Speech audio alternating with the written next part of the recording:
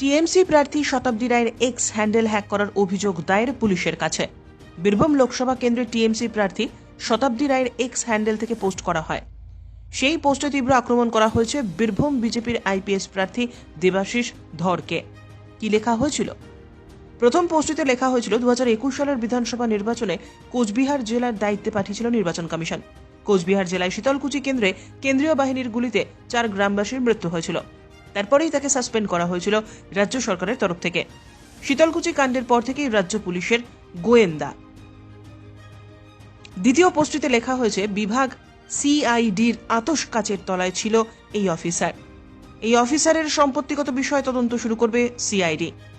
দেবাশিস ধরের সম্পত্তির বিভিন্ন নথি সংগ্রহের কাজ শুরু করেন সিআইডি গোয়েন্দারা। সেখান থেকেই জানা যায় 2015 থেকে 17 সালের মধ্যে কয়েকশো গুণ সম্পত্তি বৃদ্ধি পেয়েছে ওই অফিসারের। নলহাটিতে শতাব্দী রায় এ প্রসঙ্গে প্রচারে গিয়ে বলছেন, প্রথমত পোস্টটি আমি করিনি। প্রথম কথা, তোমরা এত দিন এত বছর ধরে দেখছো, কোনোদিন কখনো কোনো বিরোধীদের আক্রমণ করিনি।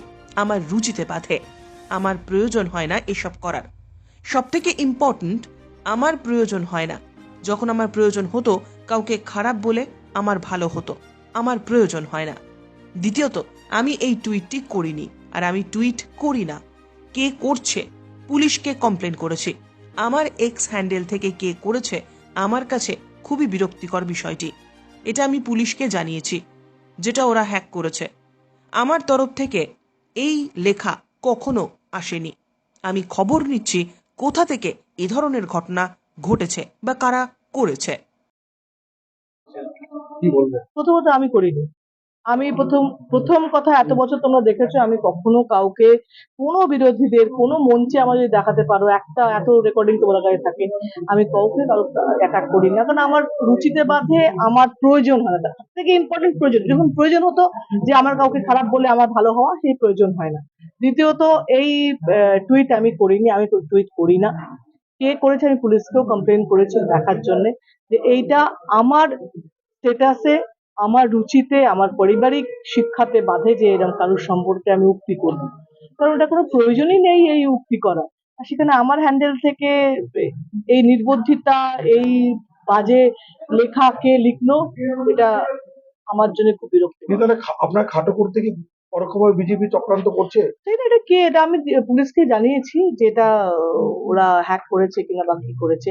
আমার তরফ থেকে এই লেখা কোনোদিনই হবে না, বা আমার তরফ থেকে কখনোই কাউকে, হ্যাঁ এফআইআর আমি খবর নিচ্ছি কে কোত্থেকে হয়েছে, কি হয়েছে। আমি দলকেও ফোন করেছি, যেখান থেকে হয় তারা করেছে কিনা, দলের সবাইকে আমি জানিয়েছি যে এটা কিন্তু আমার হ্যান্ডেল থেকে যদি টুইট করে থাকে, টুইটটা করা একদম অনুচিত।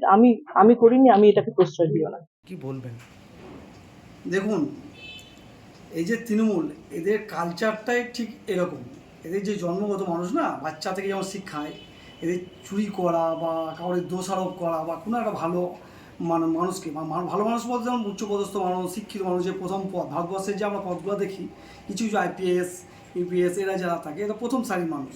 তা এদিকে বলা এরকম একটা মানে কি মুখ্য মানুষদের সব, এতে তৃণমূলে কালচার এটা।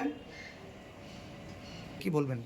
দেখুন, এটা তো মানে কি বলবো, রাজ্যের সরকারি কর্মচারী ছিলেন, সেটা সরকারের ব্যাপার। সেই সরকার তো সেই সময় তৃণমূল সরকার ছিলেন, উনি যখন চাকরি করতেন তখন তৃণমূল সরকার ছিলেন, ব্যাপারটা সরকারি ব্যাপার, এটা সরকার দেখবে। বলবেন? দেখুন, সে তো প্রশাসনিক ব্যাপার, প্রশাসনিক তার রাজধর্ম, সে রাজধর্ম পালন করেছিলেন। তো এই ব্যাপারে হ্যাঁ, স্বরাষ্ট্রমন্ত্রী ছিলেন, যিনি স্বরাষ্ট্রমন্ত্রী, তারও কিছু ব্যাপার থাকবে। হ্যাঁ, তখন উনি ব্যুরো রিপোর্ট, উত্তরের প্রহরী।